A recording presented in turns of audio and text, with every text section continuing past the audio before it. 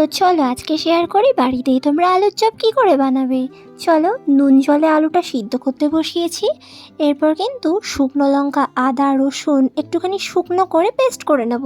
ভুলেও এই পেস্টটা জল দেবেন না, যাতে এরকম থাকে ব্যাপারটা। চলো, এবার কড়াইয়ের মধ্যে সর্ষের তেল গরম করে নিয়েছি, দিলাম 5 ফোড়ন, দিলাম পেঁয়াজ কুচি। এইবার দিয়ে দিতে হবে আলু সিদ্ধটা।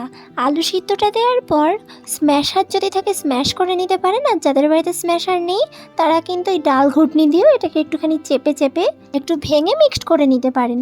চলুন, ভালো করে মিক্সড করে নিয়েছি। এবার এই যে আদা, রসুন আর শুকনো লঙ্কার এই বাটাটা দিয়ে দিলাম। এরপর দেবো ভাজা মশলা, হলুদ গুঁড়ো, জিরের গুঁড়ো, লঙ্কার গুঁড়ো, নুন, চাট মশলা। চাট মশলাটা একটু ব্যালেন্স করে দেবেন যাতে বেশি নুন না হয়ে যায়। দেবো গোলমরিচের গুঁড়ো, আর দেবো একটুখানি পাতিলেবু স্কুইজ করে। ব্যাস, এবার ভালো করে কিন্তু পুরোটাকে কিন্তু মিক্সড করে নেব। ব্যাস, আমাদের কাজ একদম প্রায় 100%ই কমপ্লিট। এই পুরটা একটু ঠান্ডা হতে দিয়েছিলাম, প্রচণ্ড গরম ছিল। ব্যাস, এবার ঠান্ডা হওয়ার পর এরকম প্লাস্টিকের মধ্যে দিয়ে একটু শেপ করে নেব। হাতেও হয়, তবে হাতে আবার তেল মেখে মেখে করতে হয়। এইভাবে একটুখানি শেপ দিয়ে নেবেন, যেমনটা দেখালাম।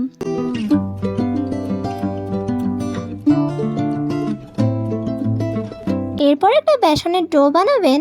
লঙ্কার গুঁড়ো, নুন আর একটুখানি হলুদ গুঁড়ো দিয়ে একদম মোটাও যাতে না হয়, একদম পাতলাও যাতে না হয়। ব্যাস, তারপর কিন্তু গরম গরম সর্ষের ডুবো তেলে ভেজে নেবেন আলুর চপ। আমরা দোকান থেকে কেনার সময় ভাবি যে কত কঠিন রান্না বান্না, তবে একবার পারলে কোনো ব্যাপারই না। চলো, আমি তো একটুখানি মুড়ি চানাচুর দিয়ে খাবো। আজকের ভিডিওটা তাহলে এই পর্যন্তই। দেখা হবে আমার পরের ভিডিওতে। কেমন লাগলো জানিও। টাটা।